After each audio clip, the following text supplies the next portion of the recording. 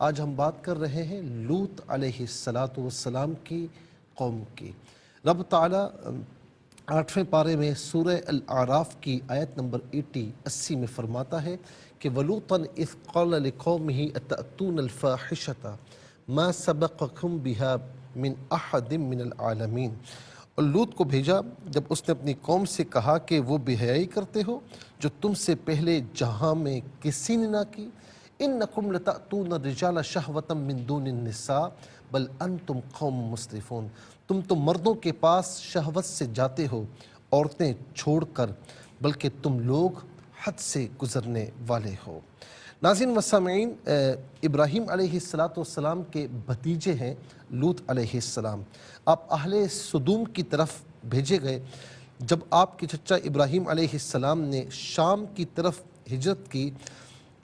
پھر اس کے بعد ابراہیم علیہ السلام نے سرزمین فلسطین میں نزول فرمایا اور لوط علیہ السلام اردن میں جو ہے وہ آپ مقیم ہوئے۔ اللہ تبارک و تعالیٰ نے آپ کو اہل سدوم کی طرف مبعوث کیا۔ آپ ان لوگوں کو دین حق کی دعوت دیا کرتے، فعل بد سے روکا کرتے۔ اب ہوتا یہ ناظرین کہ یہ جو قوم لوط کی بستیاں تھیں نا، انتہائی سرسبز و شاداب تھیں۔ غلے، میوے، پھل بکثرت یہاں پر ہوا کرتے، اور زمین کا دوسرا خطہ اس کی مثل نہیں تھا اس وقت، اور اس لیے لوگ کئی مقامات سے سیاحت کے لیے یہاں پر آتے اور انہیں پریشانی ہوتی۔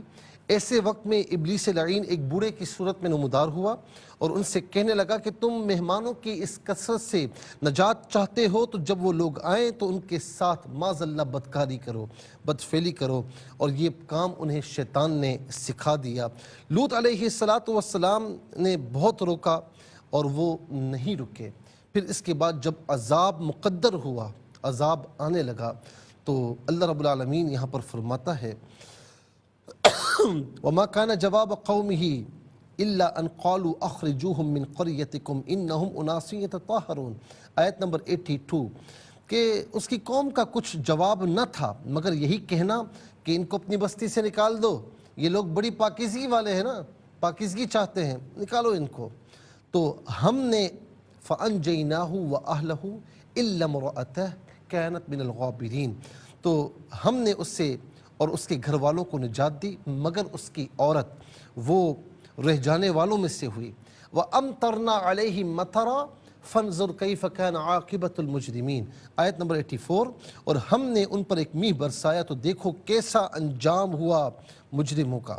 ناظرین و سامعین، روایات میں ہے کہ اس پوری قوم کو جبرائیل علیہ السلام نے اپنے پروں پر اٹھایا، اور جبرائیل علیہ السلام کا جو پر مشرق اور مغرب کو گھیر لیا کرتا، اٹھایا، اور یعنی گویا کہ یہ یوں سمجھ لیں کہ فجر سے پہلے کا وقت تھا، یہ جو مرغ اذان دیا کرتے نا یہ وقت تھا، تو اسے اٹھایا اور اٹھا کر جبرائیل علیہ السلام آسمانوں سے قریب لے گئے، یہاں تک کہ روایات میں ہے کہ اس بستی میں جو مرغ اذان دے رہے تھے، فرشتوں نے ان مرغوں کی اذان کی آواز کو بھی سماعت کیا، اور پھر ناظرین اوپر لے جا کر اوندھے منہ نیچے گرا دیا گیا۔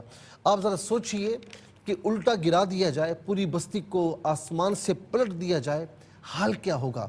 اور پھر اس کے بعد فرمایا کہ وَأَمْطَرْنَا عَلَيْهِمْ مَطَرًا، ہم نے ان پر جو ہے وہ پتھروں کا میہ برسا دیا۔ جب اوپر سے نیچے گرایا گیا، اوپر سے پتھر آئے، پتھر برسائے گئے، اور یہ قوم نیست و نابود ہو گئی۔